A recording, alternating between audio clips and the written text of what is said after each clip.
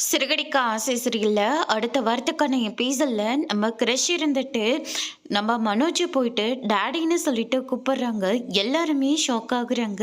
Daddy இன்னைக்கு என்ன நீங்கள் ஸ்கூலில் கொண்டு போய் விடுறீங்களா? உங்களோட ஸ்கூலுக்கு போகணுன்னு எனக்கு ரொம்பவே ஆசை அப்படின்ற மாதிரி கிரஷ் வந்து சொல்லிக்கிட்டு இருக்காங்க.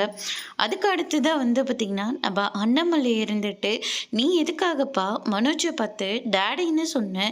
நீயா சொல்லியிருக்க மாட்டேன்னு எனக்கு தெரியும். யார் சொல்லி கொடுத்தாங்க அப்படின்னு சொல்லிட்டு கேட்கவும், அதுக்கு அடுத்ததாக வந்து பார்த்திங்கன்னா, இவங்கிட்ட என்னங்க பேச்சு?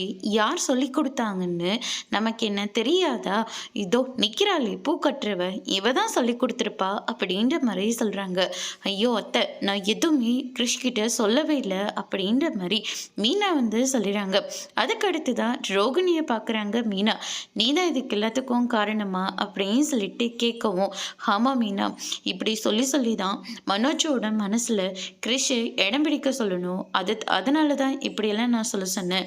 தயவு செஞ்சு ஆண்டி இப்படியெல்லாம் பேசினதுக்காக நான் உங்ககிட்ட மன்னிப்பு கேட்டுக்கிறேன் அப்படின்னு சொல்லிட்டு ரோகிணி வந்து சொல்லிக்கிட்டு இருக்காங்க.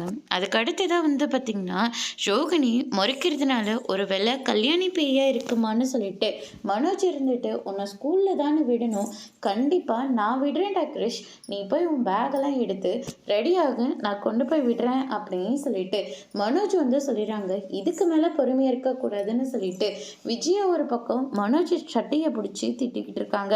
அதோட இன்னைக்கான பிரமம் முடிச்சிருக்காங்க.